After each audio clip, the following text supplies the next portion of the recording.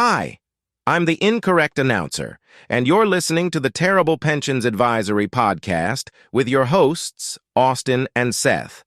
Here, we can almost 100% guarantee that any recommended pension investment of over £100,000 will be immediately squandered on a highly incompetent portfolio of stocks, bonds, and real estate. Give us a try, boys. Who needs money anyway? Welcome back, guys. Welcome to the 10 Pence Arcade podcast with me, Alex Crowley, and my host, Shaun Holly. Shaun Holly in... How you doing, fella? Sunny Blackburn. Well, I'll start with the main news I've had in my life. I've turned 55. Brilliant. The other night, we were recording a bit late because things that have happened in your life, we were going out and about, and things that have happened in my life.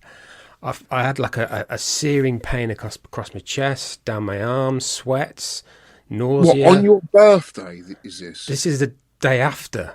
Oh my God. Day that's after. Not the present you want, is it? Really? No.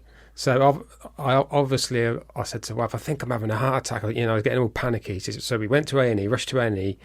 They put an ECG on me. He said, well, your heart, said, on a scale of 1 to 10, how bad is the pain? I said, it's like an 8 or a 9. It's really bad. I said, right, stay there. A couple of minutes later, well, your heart is really healthy.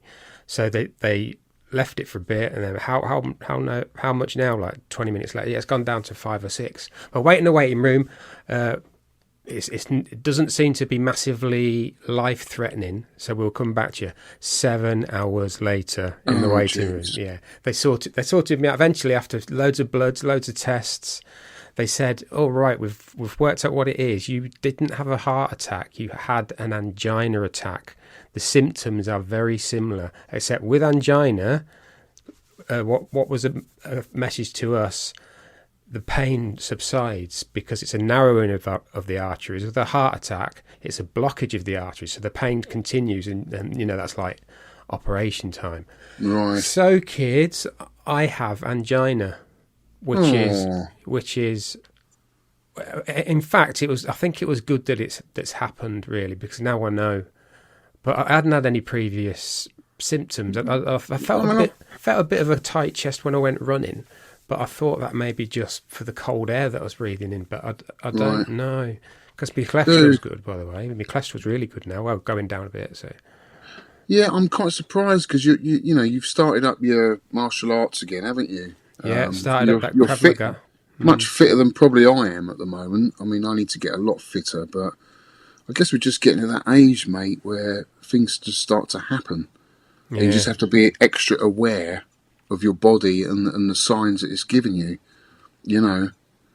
I mean, us men typically are not great at talking about these things, so it's good that you've opened up, because I remember when I had a burst appendix, peritonitis, which is actually quite life-threatening. I was walking around thinking I had indigestion for 2 days, God. taking Rennie. And it was only until I went to the doctor and all he had to do was stick a finger in the side of my stomach and I just fell over with pain. And he said, you need to get to the hospital straight away. And he operated me as soon as, because it's that life-threatening.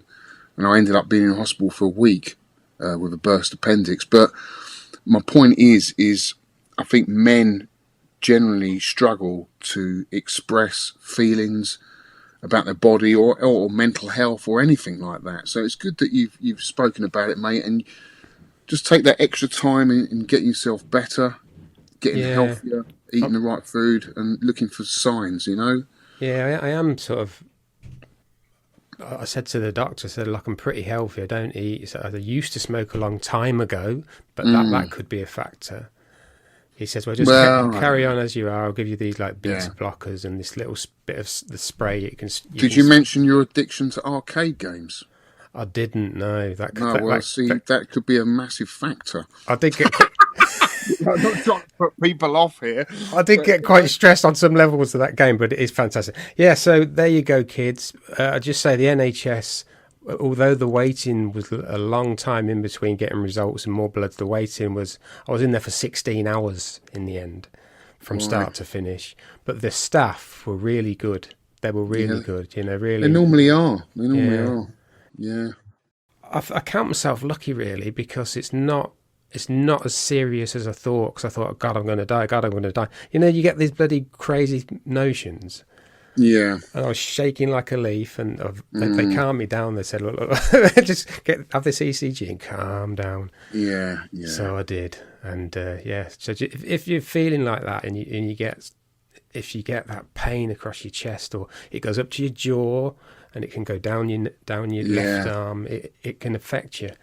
And I thought, right, this is a textbook heart attack, and thank God it wasn't. Right. And so I've got another health condition, but it's manageable. So there you go, kids. Bless you, mate. Bless you. Yeah. Stay healthy, dude. Yeah. I did say I've gone back to Krav Maga, didn't I? Yeah, well, let's talk about your birthday. Did you do anything on your birthday? Well, I sort of postponed it a bit, but we've been out for a meal last night. We went for a nice Italian meal, me, the wife and the son. Yeah. And then Jan's mum has got ill. She's fell over, and she's certain other things that have happened. So Jan's looking after her at the moment. Oh. So all sorts of things happened in the same week, and then. Well, I always call it a birthday week, even though if you don't celebrate on the day, you've got the weekend. You know, modern life gets in the way. You've always got the whole week to celebrate your birthday. Yeah. You know, and you've been starting up your martial arts again. Back to Krav Maga, yeah. So I'm loving that. Now tell me, we do talk about martial arts because a couple of the listeners do Wing Chun, and I used to do karate. Yeah. What kind of style is it then? And is it a more, like Twag Kondo is very much leg orientated, focused martial art. Karate is kind of all round. You know, boxing's obviously hands. This style that you do, what do they focus on? It's not a martial art. It's an Israeli combat system, they call it. So it's sort of smart street fighting. That's what appealed to me. So it's a bit like Wing Chun, maybe. I don't know. You know Wing Chun? There's no wings in it. No. Well, Wing Chun is a style that Bruce Lee brought to the forefront, where it's kind of like a street fighting, very close contact, hardly any leg movements or leg attacks, mainly in defence, if anything. But it's very close combat. And I just wondered if that's the kind of style you're doing. Yeah, it's like the first. I'm orange belt now, but this is going back a year. I thought I'd get back into it. I'm orange belt now.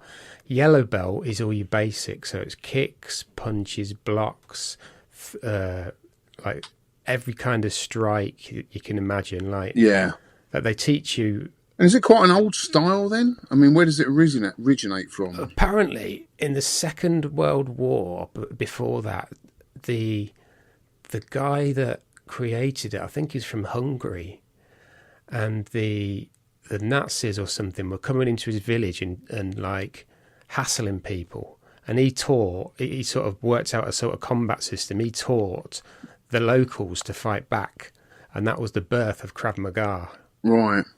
But there must be some origins of maybe in Japan or China or something. No, like I think that. it was just in like Hungary and yeah. So the Israeli military picked up on it, and they later on he got sort of let into there, and he taught the Israeli military. So it's now an Israeli martial art, but which the police use, I think, there.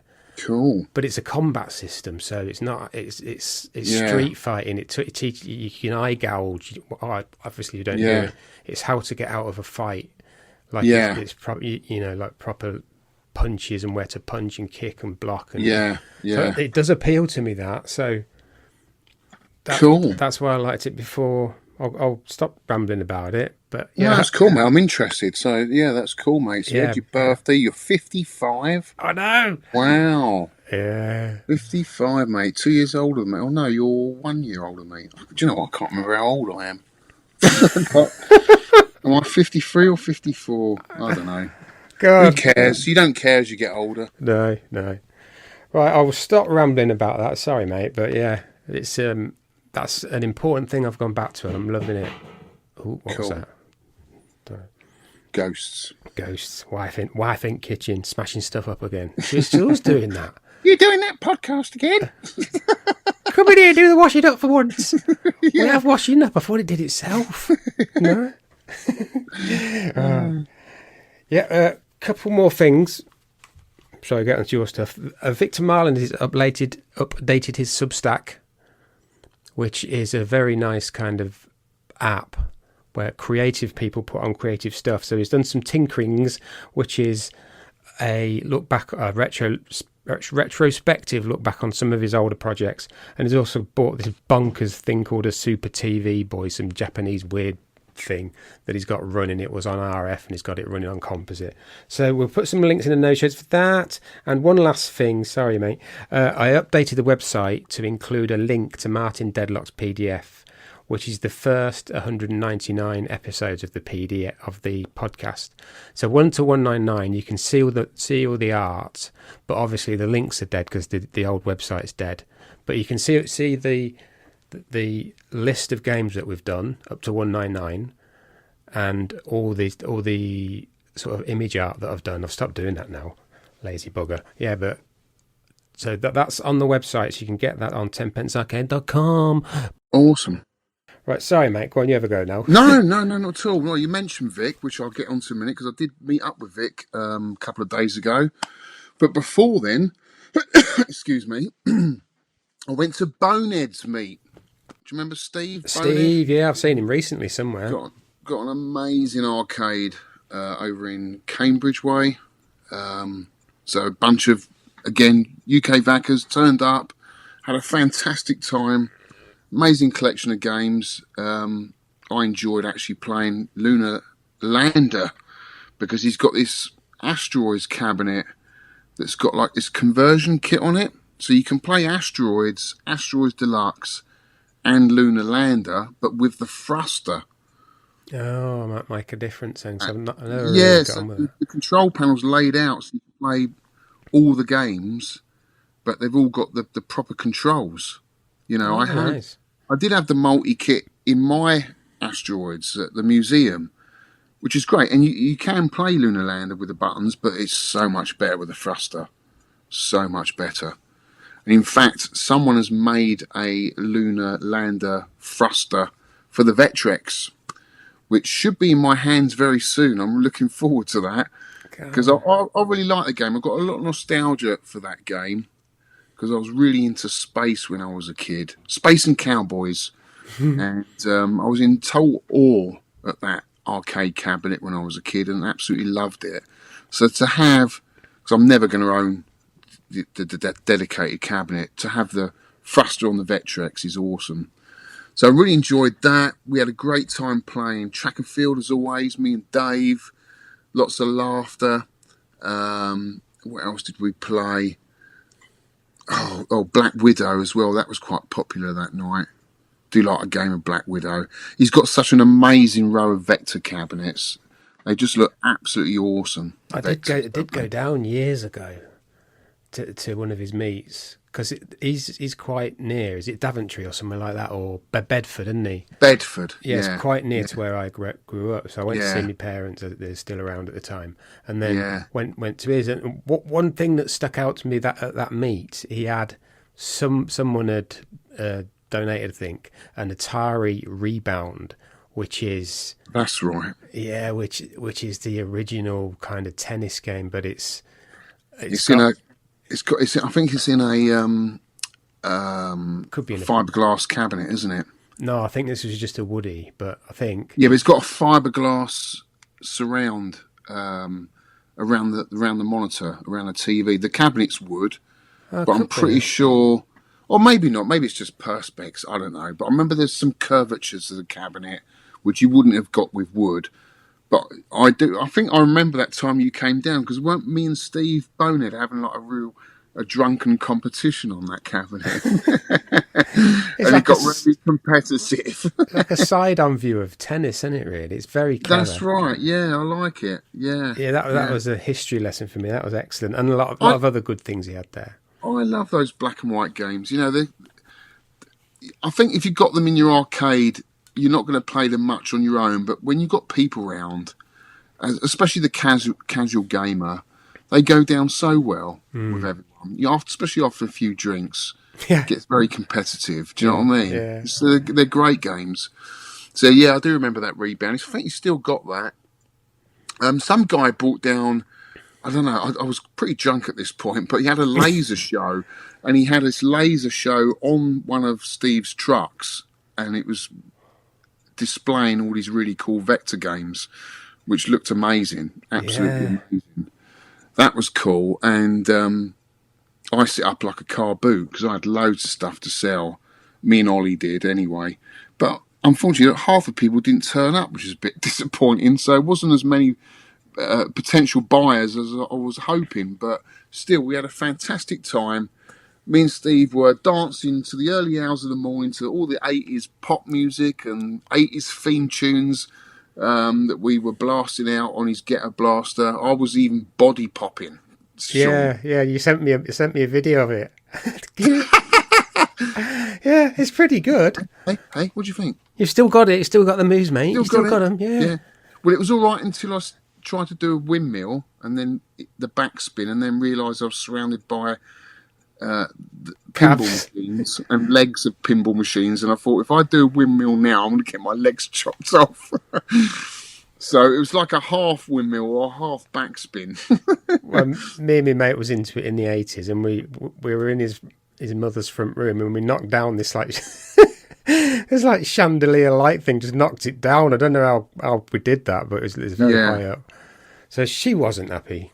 We used to have the Nike windshield was just like a jacket that you used to put on, and that used to make you spin a lot quicker. Or you had a lino that you'd lay out and spin on that. And if you were really confident, you'd try and go for a head spin. I never went for that. I always felt that looked really dangerous. Yeah. I'd break my neck trying to do that. But I did manage to do turtles, windmills, and backspins when I was a kid. Used to love that. Really cool. And we had the Nike trainers with the red laces that we used to wrap round, and the Pepe key rings. Do you remember Pepe key rings? Yeah, vaguely. Yeah. So you used to get a Pepe trousers. They used to come with a key ring, and the kids used to collect all the Pepe key rings. You'd make a chain of them on your trousers. I remember the name. Yeah, and then we'd listen to all the electro music. We'd have our Getter Blaster. Good times, man. Yeah, good times. I used to love that electro music. It was like Street Sounds Electro. Them albums. Beat Street Breakdown and Electric Boogaloo.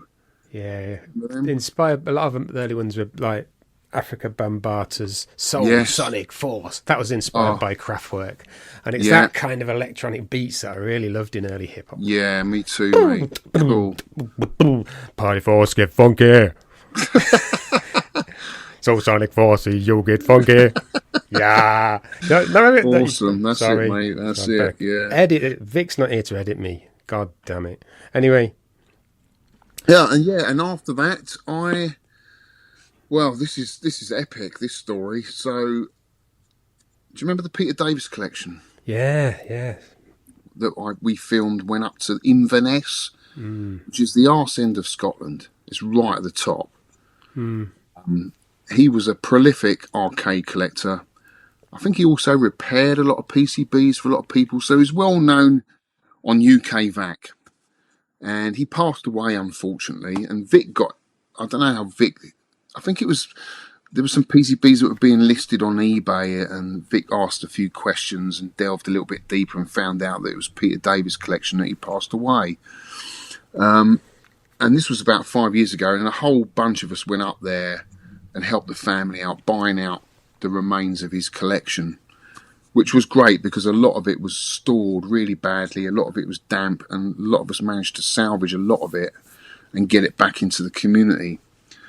Well, I thought that was the last of that story, but the grandson contacted my mate Ol and said there's still a load of PCBs up here.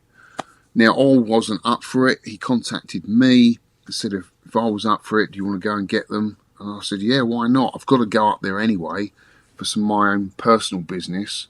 But also, I love a road trip, and I thought this would be a great opportunity to get some amazing games. So it turned out, he sent me some pictures, made contact with him. 90 odd PCBs, which includes MVS games, God. MVS 1 slots, some marquees, but mainly PCBs. Some of the pictures were doubles, so I was a little bit unsure if there was going to be 90 PCBs there.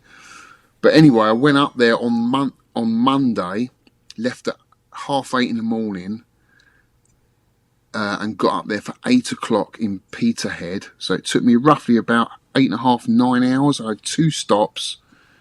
Got to Peterhead, which is like an industrial fishing town, or maybe some offshore industries there. It was quite an industrial kind of town. And it was dark. But I got round to the house, met Lewis, and there in front of me were these 5 huge boxes of PCBs.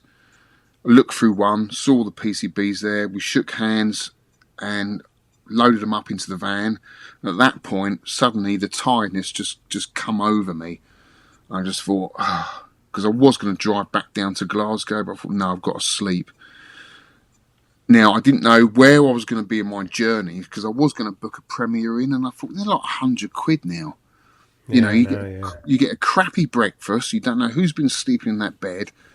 So my partner Nush said, just sleep in the van. You know, a lot of people do that now. Van life, Shaun. Van life. Yeah. It's the in thing, dude. Van life with PCBs. Yeah, exactly. So I've got a load of duvets, a load of blankets, loads of pillows, and just slept in the van with 100 odd PCBs.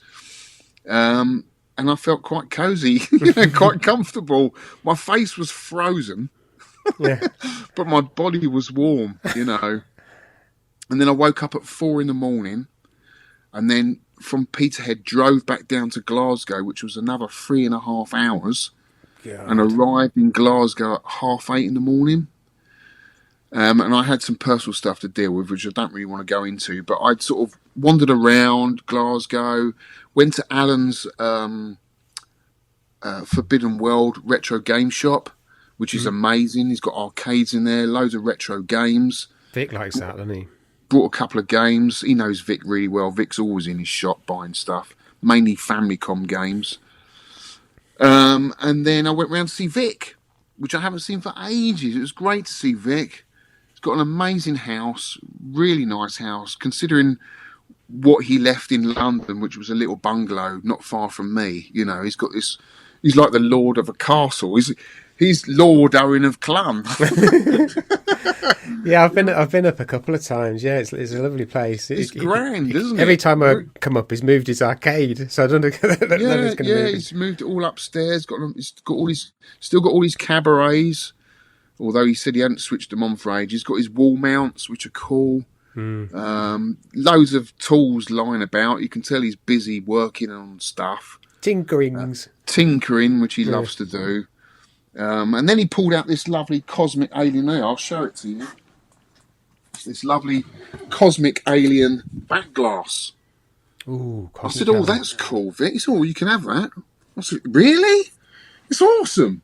Anyway, I got it home, and since I walked into my games room, because I've got loads of black lights, it started glowing. It's UV reflective. Oh, wow. Which is awesome, because my neon lights just packed up, and I wasn't going to get that repaired again for the 5th time. So that's going to replace my neon light. It's a beautiful back glass for a lovely Universal game. And I think he's got a Ladybug one as well he's going to give me. And I'm going to give him some Famicom games in exchange, which is nice. So, yeah, great to see Vic. Great road trip. Got back home and started looking through these PCBs. Oh, my God. I did a video on it. I've just uploaded it to YouTube. I haven't tested any of the games yet, because that's a mammoth task. I'm going to probably do that live on my channel tomorrow night, Saturday night. There's everything in here, mate. There's Pong, there's early Pong games. What up to sort of later Jammer games, like Irem games like Thunder Blaster, I think it is. A really rare Irem shooter. You'd really like it. Vertical shooter. There's early Capcom games. I think it could be a Pang or a Block.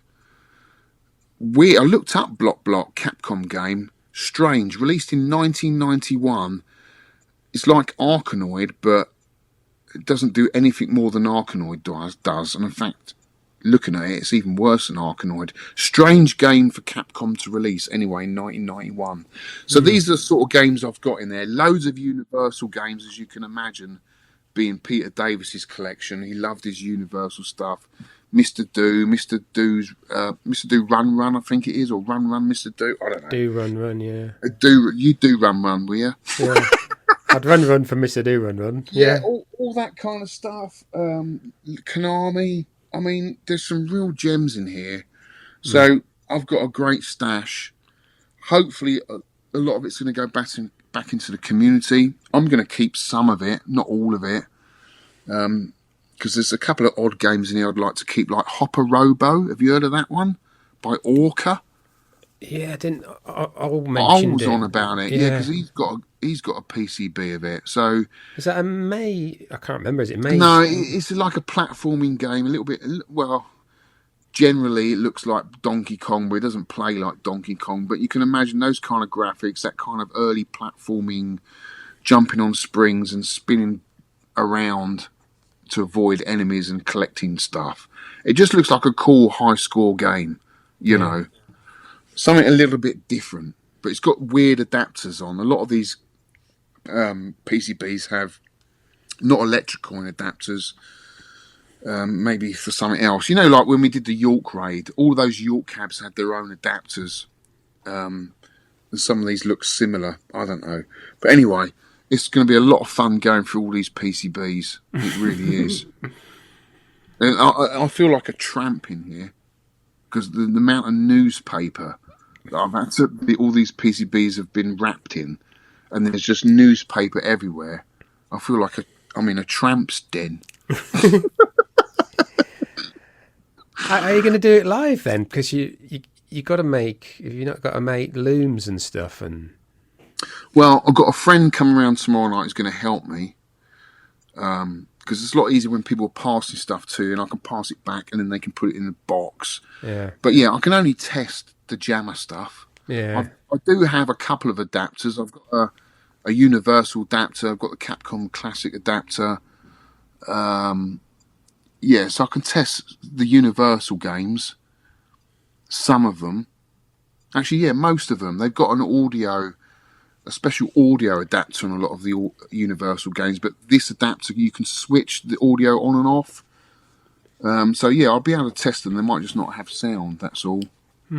But yeah, the Irem games, I'm sure I need an adapter for those. The early Capcom game, I'm going to need an adapter. But yeah, I'm in any rush to get rid of them. I'll just do it when I get time. Test them all eventually, you know. Yeah, I've seen you put up a couple of your older videos up. Some really good ones, haven't you? Was Gav one of them? Was that an old? No, Gav was a new one. No, Gav's a recent game room tour. Put a couple of your old ones up. That was good. That Gav, he's got a fantastic collection, and he has. Yeah, Gav's a top bloke. I mean, he helps so many people out in the community. So knowledgeable, really generous and helpful as well. Like Gav. So yeah, that's what I've been up to, mate. Quite a lot, and you know, I've struggled to. I haven't written any notes down for this podcast because I've been so busy. But you know what? It's all up here in my head, full of passion about this hobby. That's all we need, right, guys? Do you know what I've got in my head? Biscuits? Tumbleweed. Oh, we don't want that in there, mate. Do you want me to get it out? Let me pull it out. Hang on. Yeah, it's out now. What are you doing then? Unscrew my ear. It's come out, yeah. Right, yes. A quick bit of news. I noticed this. I think it's called Indie Retro News or something, a website. Really good. They have old stuff.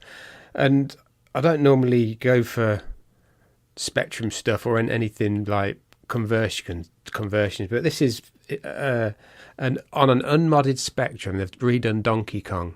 It's got the colour clash and everything, but the gameplay looks really good. Really good. Amazing. Looks amazing for the Spectrum. Because we got some really crappy arcade conversions on the Spectrum, didn't we, back in the day? Actually, the BBC had some good ones. What was the one on the BBC? Was it... they had versions of Defender. I don't know what they called that. Yeah, the BBC Pac-Man was and great for arcade conversions, Scramble. but not so good as for its own games. It had a few, but nowhere near what the Spectrum had. Mm. You know, It was it was very, very good for them sort of games. I think it was the home of Elite. Maybe it was first. Yeah, I think Commodore 64, because I had a Commodore 64, really struggled with those like fake polygons. They're not vector polygons, they're like bitmap polygons. It really struggled. But we looked at it on the BBC and it was a lot smoother because my mate had one. Yeah. And Richard Broadhurst made some amazing games, didn't he, for the BBC? Oh, like arcade conversions. Yes, some of them are incredible. So good. Yeah. I played a few at Revival this year. That's right. Yeah, he's always there, isn't he, Richard? Lovely guy. Podcast pickups. So, pickups. Have you had any pickups recently? No, I don't think I have. Oh? No? No. Oh, I'll tell you what I did pick up. What? A new low alcohol, well, zero alcohol beer from Mr. Tony DJ Rouge. When we met, I think it was at Pinfest, he said, try Ghost Ship. Ghost Ship. Ghost Ship. 0.5. They can call it alcohol free if it's 0.5, so they call it but it's not. It's 0.5. You'd need like 97 to get drunk. And it's really good, so thanks, Tony. Turn you on to that. So that's kind of a pickup, isn't it? I've got loads of biscuits for my birthday, absolutely loads. And I got, obviously went out for a meal. What else did I get? I got some. It's in that bag over there. See that bag, green bag? No. Oh, you won't be able to do it. trying to look over the top of FaceTime. It's over there. You wanted me to lie, didn't you? Yeah. No one would know whether I see it or not. Yeah. I've still got a bag full of biscuits from various people. So that's cool. And money. Nice. Do you like broken biscuits? Do you remember them? I used to, but you can get broken biscuits at Christmas. Great. You could get a bag of them, couldn't you, from somewhere? Yeah, they were great. So cheap. Yeah. I used to love them. Mainly custard creams and shortbread and stuff. But I loved it. Yeah. Very nice. Very nice. Yeah, no pickups really. No. I probably will have. I'll put them on the net. What did I get? I must have got something for my birthday. Yeah, what did you get for your birthday? I think they're it. Just chocolate and biscuits and a heart problem. Yeah. Jesus Christ. Yeah, that was amazing. I was 55 on one day. Yeah. We have a holly curse of 54. Me and my brother joke about it. Like, my dad died at 54 of cancer. His dad died at 54 of a heart attack. My uncle, like my best mate, really, my mum's brother, he died at 54 of a brain tumour thing, a brain hemorrhage. So it's this 54 thing. So we're both being joking. So one day into 55, I'll have a heart attack. Oh, you'll be all right. Yeah, I'm all right now. I know what it is. Yeah. It's not a heart attack. It's what that other thing that I said. Angina. That's keep playing arcade games and keep you fit, mate. Yeah, I think so. Yeah, waggling those joysticks. That's all you need. Waggle your stick.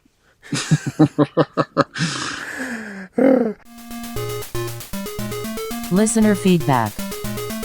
Right, got loads of feedback again. Oh, we have. Thank you very much. And this one's very important.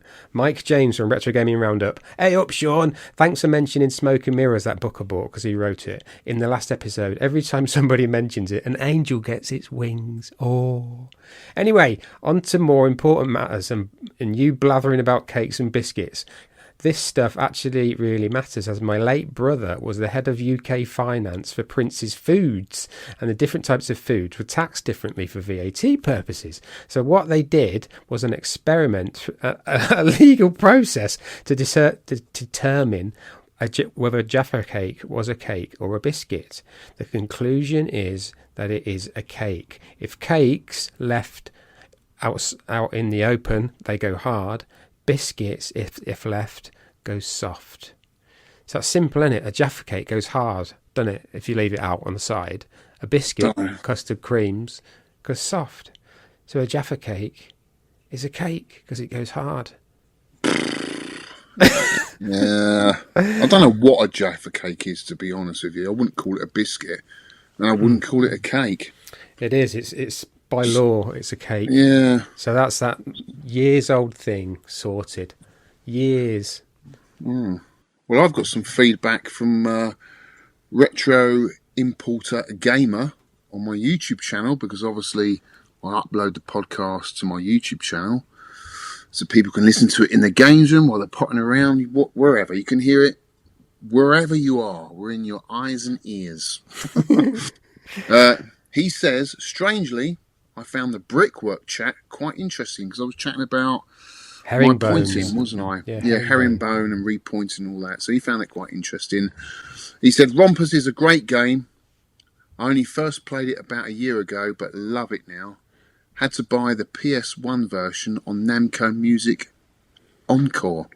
Didn't know it was on there, but that's cool. And you got another one from Retro Hulkster. Loving these podcast guides, keep them coming. Rompers, what a cool game. I'd never played it until recently when I got, please don't take an offence, an arcade 1-up. Mrs. Pac-Man 40th Anniversary Edition, and the game what was on it too. A bit crap, but at least it's taking the part that counts. The game must have been on it. It must have had some kind of MAME cabinet in it. Love the way the chat goes in various directions.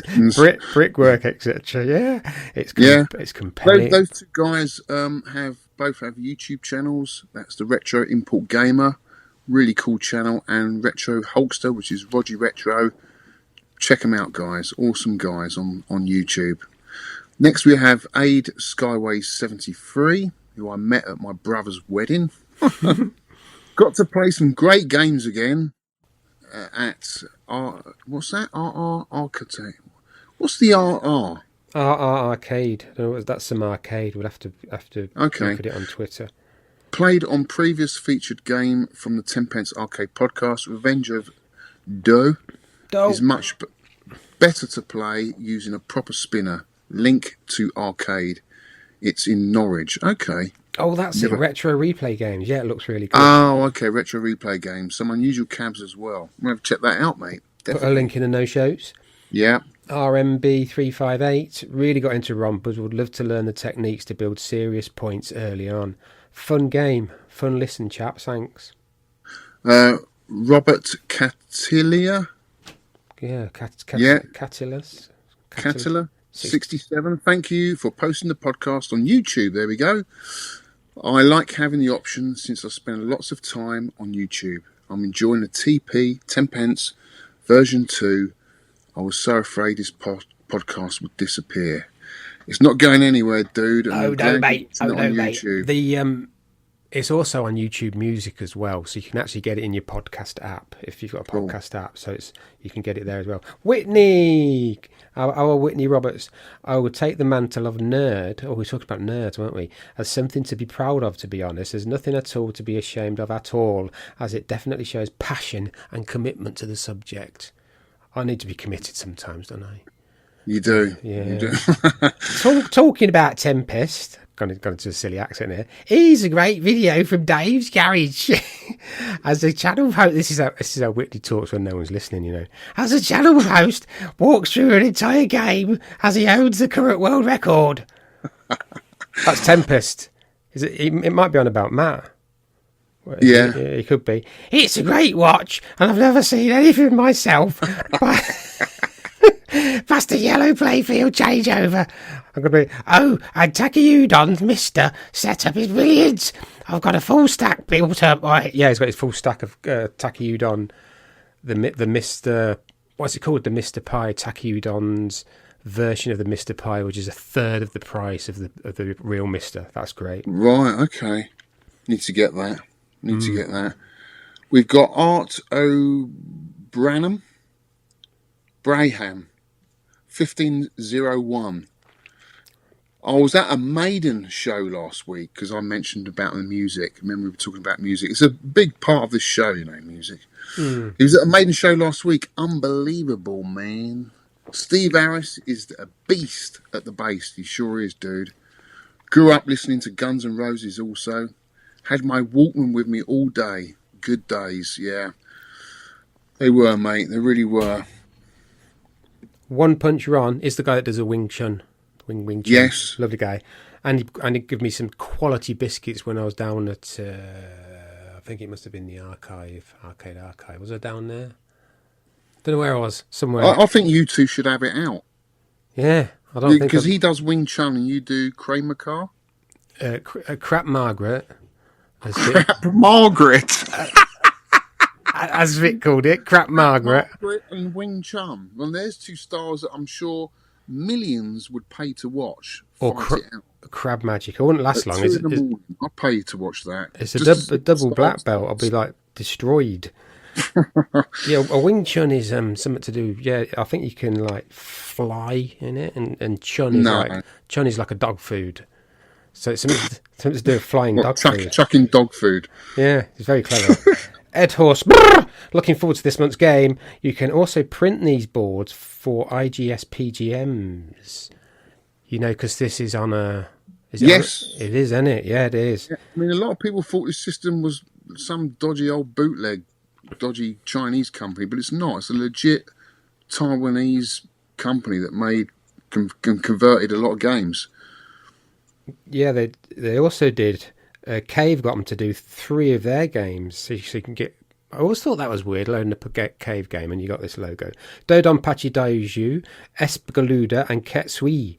The original PCBs cost anywhere from 2,000 Australian dollars and above. AUD's Australian dollars, isn't it? Mm-hmm. AUD, I think so, yeah. It is. Yeah, so it's a cheaper option of owning the original game. Mm-hmm. As well as, you know, you can get it all on pretty much every console now, a lot of these Cave games. Yeah. I mean, but a lot of these Cave collectors, they have these PCBs on loan, pretty much. They have them for a few months, you know, play them to death, get a high score, and then just sell them on. Mm. So you're just like borrowing it for a bit, and then because they never go down in price, you always get your money back. Anyway, we've got Clint Eastwood 71. Hi, Shaun and Alex. Sorry I haven't uploaded scores for the last couple of months, but I've been busy with virtual pinball machine build that I'm busy building. Last month's game was useless anyway, and this month was only slightly better. Wow. You might have to get Vic back in order to pick some games. Are you kidding me? You want to play the games that Vic used to like Kangaroo? Are you serious? And we're picking games like Demon Front? How dare you? Lazarian. Yeah. He did pick some stinkers. He did. Please attach some pictures of my build. And if you're ever in Essex area, please feel free to come and have a go on it. I think you would like it. I have SF Special Effects speakers in it. Small form factor, SFF. Okay, small form factor.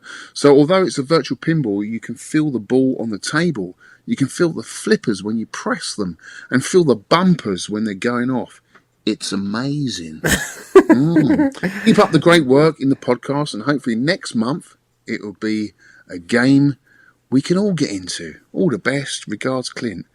Yeah, he's adios, Clint. See you later. He showed me a picture of it. It's like sort of bare bones at the minute. It's sort of all wooden that, but it does look good. Missile number 5. Just a quick note to say I'm enjoying the new pod. I forgot about it and started listening late, but I'm catching up now. I enjoyed Alex's reminiscences in the first pod and his gaming history, and it was great and interesting to see the old viewing gallery at Heathrow Airport too. Yeah. I must have seen that. Yeah, I haven't seen any. I'd love to see some pictures of that. If anyone's got any pictures of the arcade at Heathrow Airport, I would love to see. I really would, because that would bring back so much nostalgia. Yeah, he says, I have a bit of personal history of Heathrow gaming before family holidays. When I was a kid, I particularly remember enjoying elevator action before and on holiday. And bump and jump, I like bump and jump. Before another, it was very rare we flew anywhere, though, and I used to think next time we took a plane, when I was all grown up, and they had fruit machines and quiz machines. That's the last time I flew, and I didn't see any arcade machines at all. I don't have much to say at the moment, but the Ghosts and Goblins pod has been my favourite so far. Keep it up, chaps. Please do one of my favourites. I'm not so sure about this. Altered Beast. Altered Beast, yeah. I've never played it. I got it on the Genesis, which is a fairly decent conversion. Let's do it. Let's do it. It's a bit janky, mate. Is it Vic gang? Is it Vic gang? Is it Vic? Yeah, not as janky as that. How is it? Is he still in there? Oh no, he's not. Because I went to see him. We can't run with the whole Iron Maiden, Vic and the Iron Maiden thing anymore, can we? Because I went to see him. He's escaped, hasn't he? He's escaped. Damn. He's lost a bit of weight though. So Darren Shell, I think. Yeah. Shell. Hi guys, Demon Front. What a game! I've had some great times and some frustrating times with this one. I don't mind the frustration when it was my own fault that my character bit the dust, though this was always the case. I have been turning the air blue with this game. I'll be continuing to play on with this well beyond the score submission date, as it seemed to keep my interest so much better that similar Metal Slug series ever did. I'm still loving the podcast and look forward to finding out what the featured game competition will be each episode. Cheers, guys. Snarkade. Cool. I saw him last. I keep seeing him. I think I saw him at Nurgard last time. No, right now as part of just say thank you for all of that feedback. It's been amazing. Yes, tons. Thanks, lads. We appreciate it. We love reading your comments out. It's absolutely awesome. It's what keeps us going. Yeah. I eat feedback instead of food. You eat feedback and biscuits. That's a bit much, Shaun. Yeah, I didn't come out right that.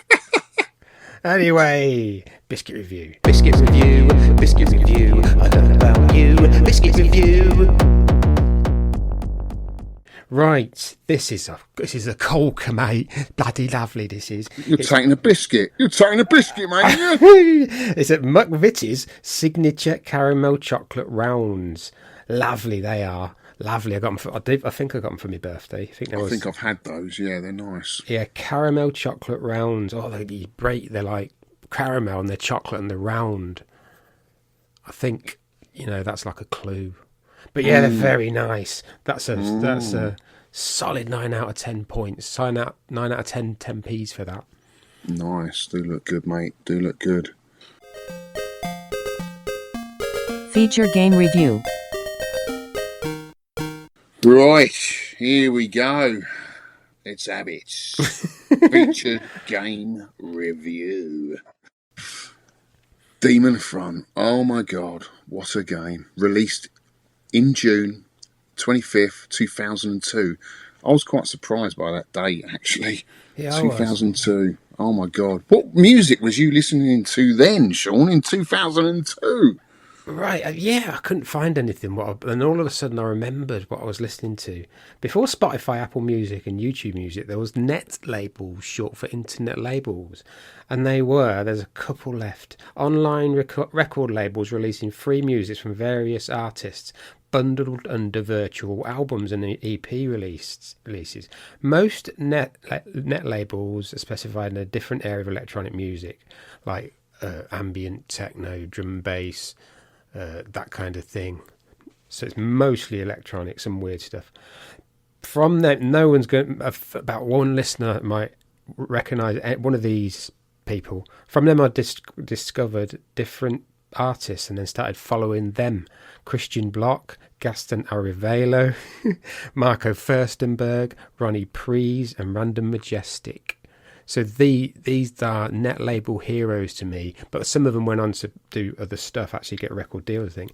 Not many net labels left now as the technology's moved on and anyone can upload their own music now. But back in 2002, to get onto one of these get your music onto one of these prestige online labels was good.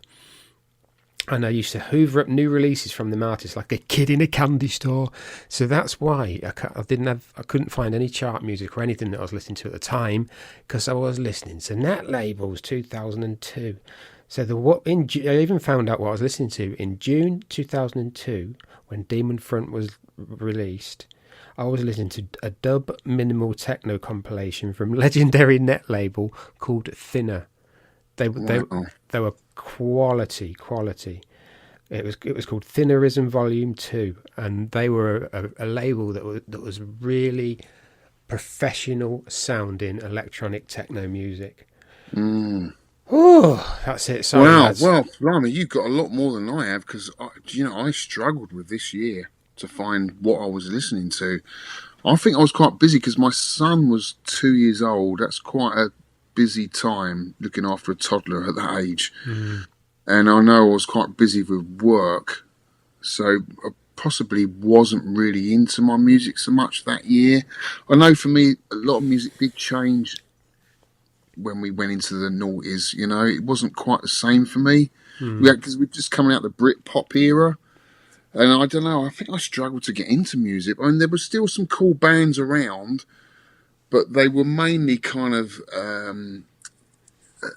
like a mishmash of old groups, super groups that were coming together. Like I remember listening to Audio Slave, which was basically the remaining members of Rage Against the Machine. Oh, yeah. With the late Chris Cornell from Soundgarden. I mean, that was a great album that year. I remember listening to that and another band called Puddle of Mud, which was produced by the legend Rick Rubin, great producer. So yeah, this is the only two records I remember. You had Coldplay, but I wasn't really into Coldplay. No, I didn't like them. They're like for me, they're like a coffee, coffee. What am I saying? Coldplay coffee? No, coffee table music. It's just mainstream, mundane rubbish. It's just it doesn't excite me at all. I can see why they got some catchy licks, some catchy melodies, and I can see why they're popular for the mainstream. But for me, they don't do anything exciting. They're not an exciting band, and I think they're absolutely awful now. But yeah, just that. I think that was that era where I just got totally put off by music, and probably just busy with family life. To be honest with you. That Coldplay clocks, it's called clocks. Oh, God. Yeah. I was working in it as a warehouse supervisor in... Well, it was Kitchen...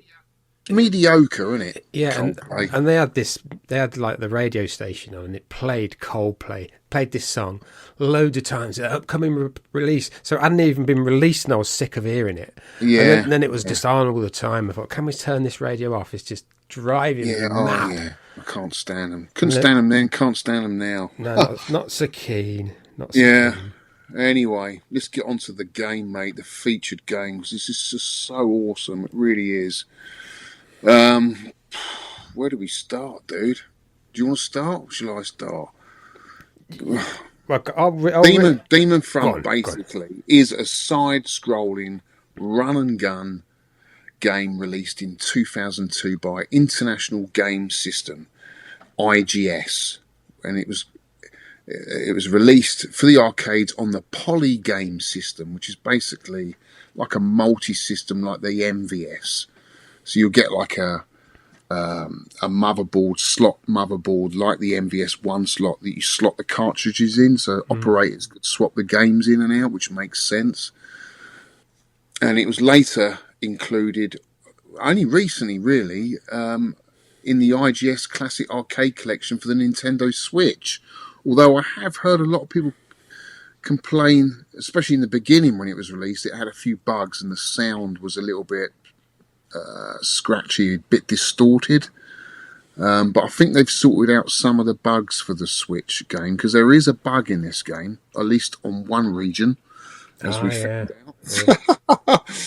Yeah. It shares many characteristics with the popular Metal Slug series, but it does have its own unique features which sets it apart, I believe. Some people saying it was a clone. I don't think it's a clone at all. I think it's its own game and has its own merits. It has 4 characters, a select screen, and each character has a pet that's used to attack enemies and also used as a defense shield. Your character selection is Maya, Dr. J, Jake, and Sarah, and they all have their different pets and abilities. Did you have a favourite, Shaun? I did, Jake, because I like the fiery, whatever they were, like fire kind of demons that they were quite quick. Yeah. They're quite quick and accurate if you get it right. Interesting. Fire into the I only use them on the end of the level baddies, really. All the other times I just use the shield or using up the shield. Very clever game Yeah, well, mechanic. that's interesting because this is what I love about this game. Everyone I've spoke to has chosen a different character. I like Dr. J because he generated like your special. So basically, you've got your normal fire, and you've got jump, and you've also got another button to switch between having a shield or using your special weapon. Now, to use your special weapon, you have to hold your fire button down. And with Dr. J, it would be this kind of floating electric orb, like a storm. Yeah. And the way I used it was like it would tank. I use it as a tank. So if I've got lots of enemies on the ground, I'd use my special weapon, this electric orb, and it would just go off while it was going off in one direction, I could turn, reverse, and shoot enemies on the opposite side. So it was great for tanking, and I loved that. I just absolutely loved that ability. It was so cool. And of course, you can, the more you combo, the more you change things up, you build up your weapon level.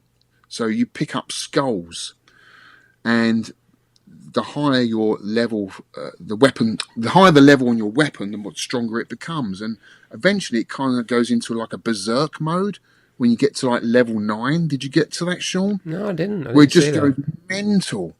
You're just firing off everywhere. You just feel so powerful and invincible. And I love that. It's so cool.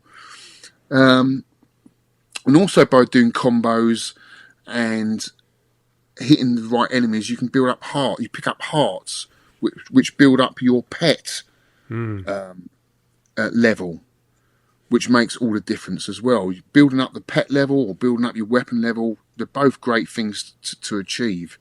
And I thought that was a great addition to the game because it adds so much more depth to it, don't you think? Yeah, I think that combo meter is a brilliant idea because you've got to keep the combo meter going. So you can, I think I messaged you, the highest I ever got it to was 340. So you're getting massive amounts of points every time you hit. But then if you let that combo meter run to 0, you go back onto like just normal hit points kind of thing. Yeah. A very clever idea because you can actually see the combo meter. So yes, and you're looking at it constantly to keep it up. And there's moments where you're waiting for the next enemy to get onto the screen because you need to keep the combo up to get your big scores. Do you know what I mean? Yeah, I think some people are very tactic. I tried playing it like that. Tried playing it running through, keeping the combo going, but I was just getting killed so quick. Well, I took it a bit slower. Yeah, I think it mattered. Obviously, you can choose which level you want to do first. So you've got the option of 3 levels. You've got horn, eyes, and what was the other one? Claw. That Yeah, that's was the first 3. And basically, that's the end of level boss, the claw, the eyes, or whatever. And basically, to get the perfect ending, there is a secret cave where you pick up that item, the eye, the claw, or the horn. So what you have to do is you have to find the key, which is hidden, or you have to shoot something on a particular level and it will release the key. Like on the first level, the claw, there's a flying ship, the first flying ship that flies across the screen. If you can get up on the platforms and destroy it with a melee attack or a special attack, it will drop the key.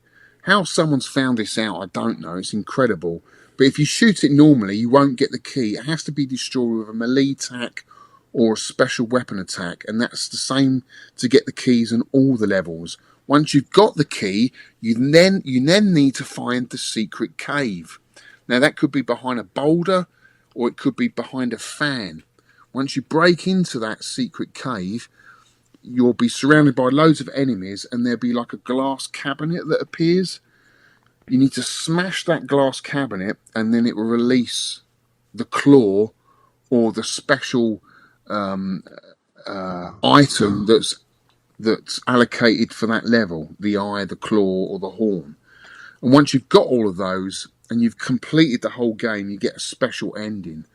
Now, in the beginning, I was going for that all the time, but then I realised, well, at the moment, I'm nowhere near finishing this game. What's the point? You know, I don't think it gives you any extra bonus points. But there was a guy who played this, Nick, Red7, who's got his own YouTube channel. I think he was playing, well, you think he was playing the Asian region, because he was in the cave and all he was doing was standing over that glass cabinet, and he was racking up millions and millions of points by not even doing anything. And I tried it on my version because I got the original cart and it didn't happen. And my mate Scott, who was playing on a Switch, said he couldn't do it on his. So whether it's just a regional thing, I don't know. Yeah, I think he got 376 million, which on the you can tell because the high score table is in some kind of kanji, or it's some kind of Japanese or Korean text, the high score thing. So, right. So you can tell it's definitely a foreign board. But he got 376 million. Yeah. So that's impossible for us to get, I think. Yeah, and I think he must have gone in there without the key. Otherwise, it would have released the item, the horn or the claw. So he must have found, because you can find the cave if you haven't got the key. Yeah. And you can get extra points in there. You just won't get the perfect ending. But, you know, it's just little things like that. There are secret paths in the game as well, which I noticed and found. There's also items that appear out of the ground, like you get these shards that come out of the ground.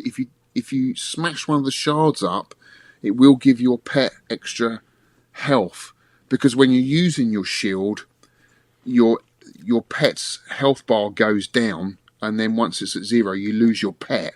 But you can get your health of your pet up by destroying the shards that come out the ground, which is pretty cool. Yeah, there's one on the claw attack.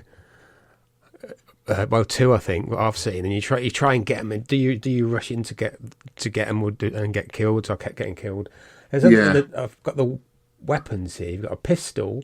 Damage is 1 combo, 1 bar. Machine gun, ice gun, grenade launcher, electric. God, the sound of that grenade. I think it's a grenade launcher. It's like a wow. Oh. It's amazing sound. Oh my god, so good these sounds. And then the.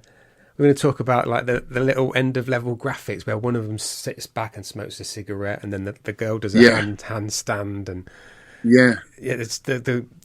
it's comic graphics, Metal Slug style comic graphics. We'll talk about the graphics in a bit, but they're just outstanding. Did you think it was better than Metal Slug? Yeah, I did. I think it feels faster, and I don't know whether that's to do with because the game runs at 60 hertz, where I think Metal Slug runs at 30, so it does feel quite fluid. It's running quite quickly. Graphics look amazing, but yeah, I just think the games, it never gets tiring or boring. There's always something to do, and the environments are constantly evolving. You know, you're constantly moving forward. There's not a moment's rest in the game. Well, there is. There's points in the game where you can relax a bit. It's not like button bashing all the time, but it's got a nice flow to the game, I thought. You know. Yeah, some of the weapons have got auto fire, haven't they? Sort of. Yeah. There's a great Demon Front strategy. Is it called Shmup System 11? Is it? Yeah, shmupsystem11.org. Yeah, they're really good, really intent. I used to read a lot of this stuff, especially for details on the cave games and sort of instructions and play sort of details. So I found this, and there's loads of good stuff on this.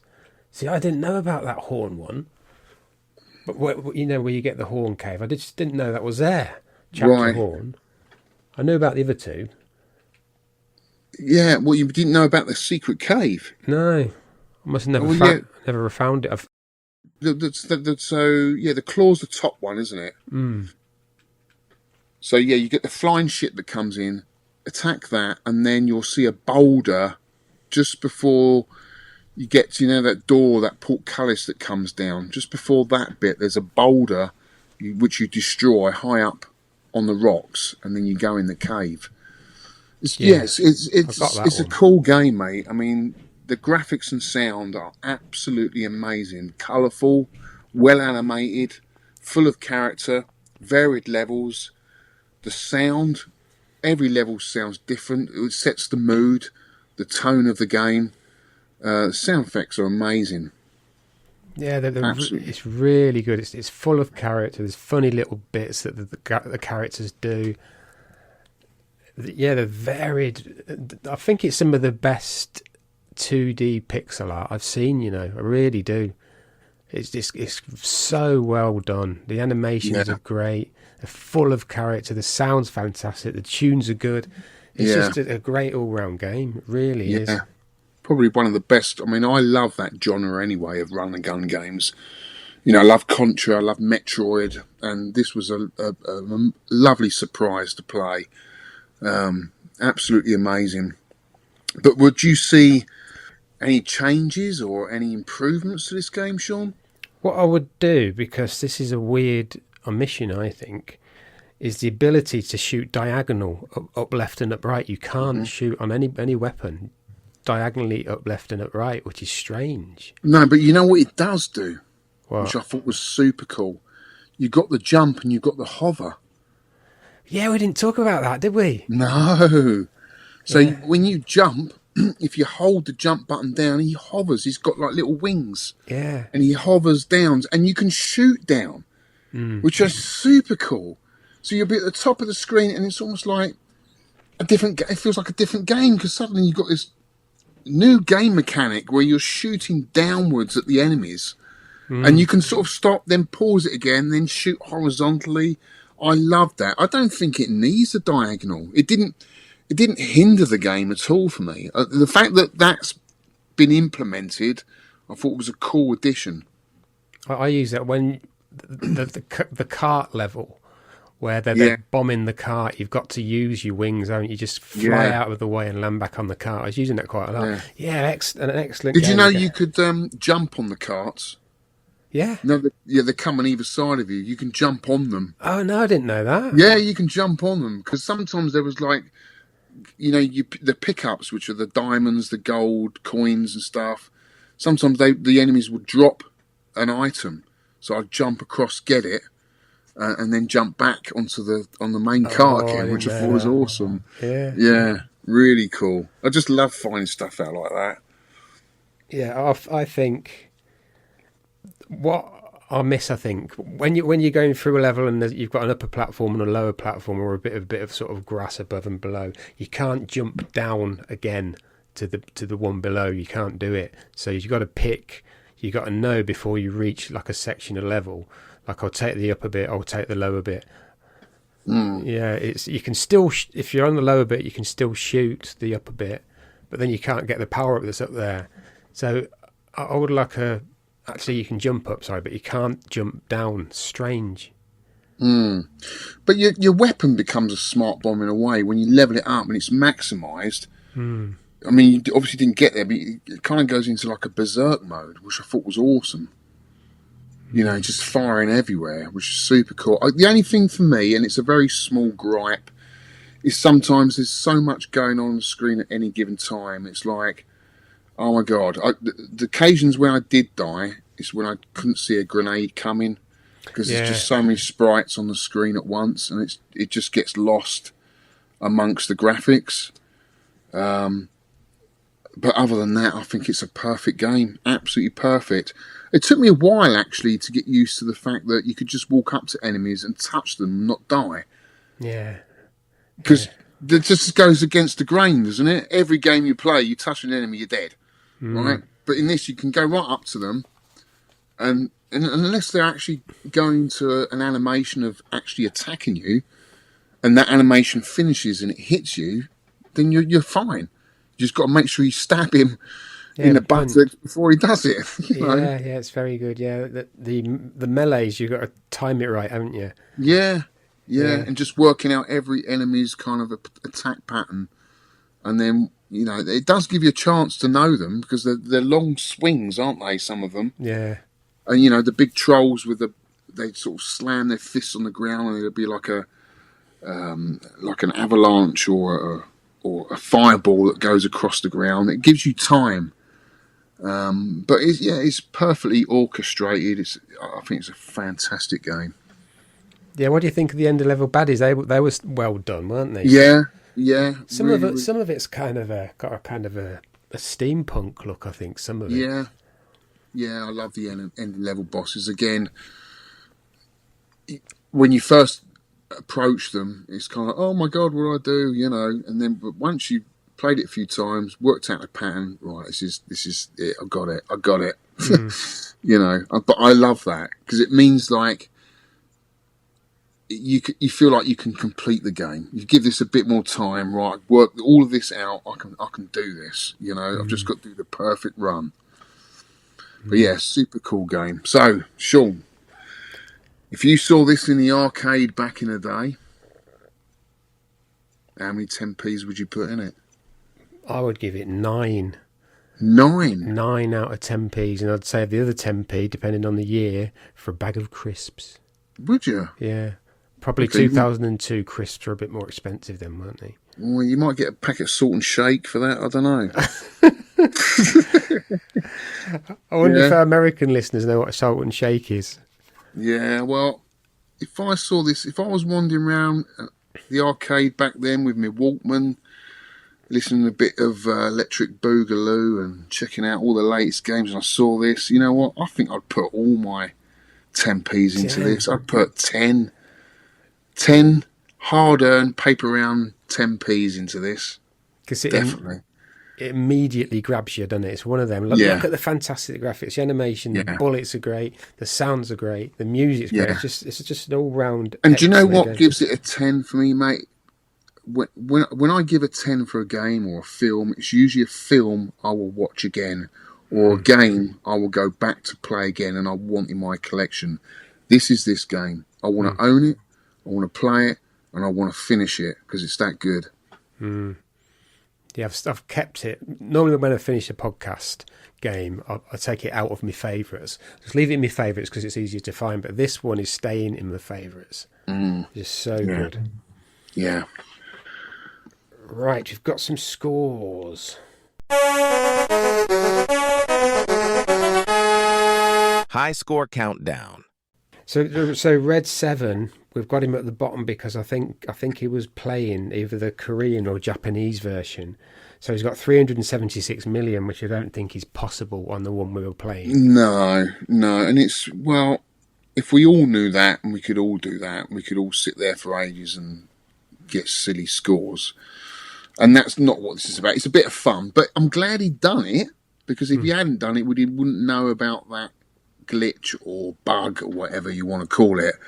But you can imagine kids back in the day, if they did find it, then blagging to their mates, look at the score I got, you'll never beat that. Which I think is quite funny. But yeah, thanks for showing us that, Nick. Red 7. 376 million. Unbelievable, but sorry, dude, we can't put you on the list for that. I think it must be different scoring on the Korean. Yeah, you must get like 1 million for doing certain things. Right, Salbug has got 4,400. This type of game doesn't interest me at all. I only played it for 10 or 20 seconds, so I could get my 1 point for participate. Anyone that plays a game and puts a scoring gets 1 point. Right, so, okay. There you go. Basil the Sane, he got 108,100. Didn't get off Act 1, had a few goes. At the end stage, just seems impossibly hard. One of many Me Too's in the Metal Slug genre. Don't see what, if any, this offers new. Not for me, I'm afraid. Ooh, cheeky scamp. There's a cheeky scamp him. Bill Wellham, otherwise Stereo Deluxe, 129,400. Retro Rex, 234,800. J Ping Barber Ping! Sorry, he got 314,700. Chris K-June, 421,600. Eastwood 71, who we heard from earlier, 465,200. Matt Watno Gravy, 466,800. Adam Flint, 520,400. Looks like a lot of love and attention went into making this game, but I didn't play too much of it simply for me because this type of game is best with 2 players. Yeah, it would be good with 2 players. Yeah, we didn't mention that, did we? It's a 2-player game. Back in the day, armed with a friend, with all those different starting stage options, I would have probably put in 6 10p's, so long as it wasn't stood next to a metal slug cabinet. Whistliz, 621,300. Dr. Goggles with his goggles on his face, right on his face, him goggles. He wears goggles on his face. Where would you wear goggles? On your face. Sorry. 1,967,400. Snarkade, is that 1,111,300? Yeah. Buttons, he's got 1,124,200. Ross, 1,243,500. Mr. Messi, good to see you at Revival, mate. I might have seen him again. I don't know.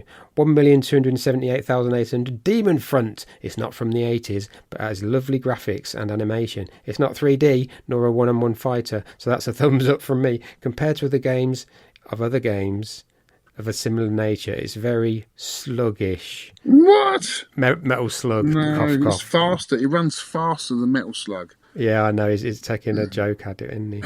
Cough, cough. Old Man Steve, 1,566,900. Stacey King, 1,713,400. I've had no time to play any this month. I managed that on a single credit. That's a good score on a single credit, which is a shame because this is the sort of game I love to play. More importantly, my dad, after 2 weeks in hospital, I think he mentioned this last time, returned home today and is slowly on the mend after getting used to the stoma. Wow. Good luck to your dad, mate. Lewis Wellham, 1,755,700. New game, Demon Front, looks amazing, plays beautifully and feels like a Metal Slug reborn. But I can't even beat the first level. I'm just too old and too slow.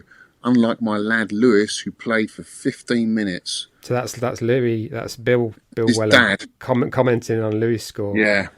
PGIDZ. You have to tell us how you say that, mate. 200 million. No, I didn't. 2,048,400. We're into the points now. Zestora. Yeah. Zestora. 2,294,900. 2 points. Jimmy. He is Jimmy with 3 points. 2,475,900. This time you're reading paper. The next time it's going to be glass. This is One Punch Ron. And he got 3,168,700.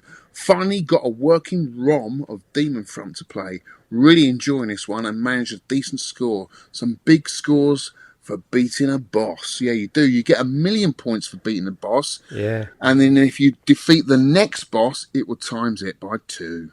Oh, so that's 2 million, is it? Or 7? 2 million and then 3 million and then 4. Good God. I managed to defeat 2 bosses. So that's your score, right? In with 5 points is me, 3,350,600. I played it a lot, but I think I didn't get the combos going good enough. I was going too slow through the game, I think. Brian Haribo, 6 points with 3,930,800. Last go, it's exhausting. Got the key on level, and then it went up on the second boss. Sega Zombie is a new player. 7 points, 6,129,100. A good start from him. That's my good friend Scott. He's got a great YouTube channel. He did that on the Switch, that score. Pretty amazing. First run. Pretty cool. God. Me, with 8 points... I'm third. Whoa. 7,736,900. Get in there, my son. Go on then. Woo! In second place is Rygar with 9 points, 8,311,000. Still a long way to go with Aid. And then his PC died. He got the blue screen of death on his PC. Oh, no. That's a great score. He sorted it out now. Apparently, it was the battery. The battery had died on the motherboard. He just needed to replace one of them old, what they CT32s or so. So, top of the table. Top of the pops. Aid. Skyway 73 with 10 points. What? 33 million 528,200. And he says, well, Demon Front, what a brilliant game. Looks great, tight and frantic gameplay. And I love the variety of power-ups. And to think I would never have played it if it wasn't for this podcast. Thanks, chaps. Now, just one more go. Wow, right, let me talk about Aid's score. Because what we should know, really, which I find quite interesting, is the act that you got that score on. So, because I got to Act 3, which means I completed 2 bosses and got to the 3rd act but didn't kill the 3rd boss. And that's my score. So I'll imagine Rygar did the same. He didn't kill the 3rd boss, or got pretty close to it, but didn't quite kill it. Whereas Aid Skyway, with that score, how the hell did he get that? I need to know. What act did he get to? We need to know, Aid. How far did you get? He got his combo up to 900. 900? 900, what? Yeah. He sent me a screenshot of all his combos. 900. What? So everything he was shooting, like if it was 1,000, he was getting 900,000. I was getting huge scores. But wow. I don't know how he kept his combo up, but it was going as he kept playing. His combo was going up. So I don't know if you just run through it, or I don't know what you do to do that. That's crazy. Because some of the bosses, when they appear, they take a while to appear, and your combo's going down. Yeah, because you can get more points before you even get to the boss. The boss only gives you 1,000,000 points bonus. So yeah, it's all about the combos. I think the level to get the most scores are on his eyes, because there's just so many enemies. It's so chaotic. And you're supposed to do that first, actually, because the levels do change depending on which one you do first. So the eyes level, which is the forest level, if you do that as your 3rd act, they start adding new enemies. Like there's some sort of cannon that fires from the ceiling down at you as soon as you enter the forest. But if you start that level on Act 3, it's not there. So they change things up, make it harder for you. So I'll be interested to know, Aid, in what combination did you approach this game? What act did you do first, and how far you got to get that score? Yeah, on this walkthrough thing on Shmups, it says that based on what path you take, the enemies and patterns vary. More enemies, more difficult patterns, more different attacks. For example, if you choose Chapter Eyes as the 3rd stage, there is a plasma gun that retracts from the ceiling. Yeah, that's the one I was on about. Yeah. And fires at you, yeah. So some of the Sikio games are like that, the shoot 'em ups. If you pick a different level, like you could pick actually level 4 to play first, and it's easier than getting through level 1, 2, and 3. But if you go back to level 1 again, it's really hard, because it knows you've completed level 4, and I think that's what this does. You can pick. I don't know if you can pick, because it's a circle, isn't it? The levels you can you pick like 6 levels on like a circle. So like 1 o'clock, 3 o'clock. That's right. I don't know if you can go back up. Can you go back up to play Claw? Well, you have to complete the 3rd. You have to complete 3 levels to open the last 2 up. Oh, so you have to do them all anyway. Yeah. Well, you can do levels 1 to 3 in whatever order you want, but you have to complete levels 1 to 3 to open up 4 and 5. Right. Do you see what I mean? And if you've collected all the items for each level, you'll notice that the circle will have the item, the eye, moving. There's like a little eye that moves around in the circle. That means you've opened it up. You found the eye with the key. You got the key. You smashed the cabinet open. You got the eye. And I think once you've got all the items, it gives you a massive bonus at the end, or a different ending. I love that, because I can see myself hopefully completing that eventually. Says he. But it just gives you something else to go for. Do you know what I mean? Yeah. But for that expert player, it's still got something there for you, and I love that in a game. You know, for me, like Metroid has that. It has. You finish the game, right now, go 100% it. Get all the items. You know, once you've done that, do the boss rush. Do that. It's always constantly something there for the player if you love that game that much. You know. Very, very good game. Right, so next show's game. Next show's game. It's my pick. Next show's game is Spelunker from Broderbund, produced by Broderbund, licensed to Irem, licensed it 1985. The ROM is SPELUNKR. That's SPELUNKR. It's lives equals 3, and there's an energy decrease setting as well. Make sure that is set to slow. These are default settings, so the energy goes down. Right. And it's a cool little maze kind of exploration platform thing.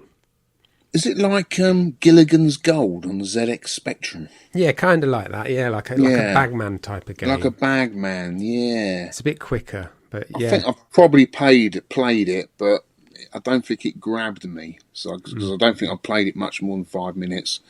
But you know, let's give it a go. This is what this 10 pence arcade podcast is all about. It could be janky and dirty with the arcade games. Right. December the 14th, get your scores in, kids. Saturday, it's got 5 p.m. cut off, so you'll have a bit of time to play this game. There's a lot of kind of little secret things that I've found. I've watched it for about 20 minutes. It looks cool. It's a bit of a Bagman, bit of a kind of like that kind of exploration game. Ladders and jumping off of canyon, them carts, mine carts thing. So give it a go, kids. See what you think. Put your scores in. You can do your scores. Send them on either Sidekick, on Twitter, or X as it's called now. Hashtag 10p score, 10p score. You can go on UKVAC. You can message us on. Well, some people are messaging me on WhatsApp now, or you could email us to biscuits@tenpencearcade.com. That's biscuits. It's my favourite email ever. And yeah, that's it, kid. What else can you get us on? You can get us on You can get us on the wireless. Yeah, get us on the wireless. Yeah, you go down to. Yeah. You can post a letter. Yeah, on cassette. Get us on cassette. We've done any cassettes, have we? We need to make some up. Record a message on cassette. Go down to. That'd be a great way of making some money for the podcast. We could put every podcast on cassette and number them like the Hit Squad. Yeah. People go crazy for that stuff, man. All 7 of them. Yeah, well, that's once they start collecting, they need the whole set. They have to complete the collection. Could be on something there. I reckon. But we do have day jobs, remember? Yeah. Well, guys, thank you so much for listening. It's been a great show again, Shaun. I really enjoyed podcasting with you. Yeah, I really enjoyed this too. It's just so much fun. Really, really enjoy it. Guys, I forgot to mention, we got a UKVAC meet next weekend. Yes, at the Arcade Club. And we haven't mentioned it. Oh my God, we're going to meet all our fellow listeners and play some cool arcade games. That is in Arcade Club Bury. That's right. Greater Manchester. So you can, if you're one of our, we get quite a lot of American listeners. You could fly over. Yeah. On one of them planes. You could do, or get a hovercraft if you're on an island. Mm. That's always a good way. It's retro. You know. If you take a big run and jump at Calais, you could get over the channel. You could do. Anyway, it's the 23rd of November. I don't know if this podcast will be out before then, won't it? I hope so. Guys, we'll see you there. Can't wait to see you. Shaun, thank you so much. It's been awesome. Yeah, thank if you you, want mate. to find me, check me out. If you want to see all these PCBs that I've picked up, just go to Al's Arcade. I'm going to do a live feed. By the time you listen to this, it probably would have been up by then, but you can still watch it, have a look through, see what I've got. If there's anything you fancy, I'm probably going to put it on UKVAC up for sale. So, yeah, it's going to be a fun video to make. Cheers, Shaun. Cheers, mate. Thank you.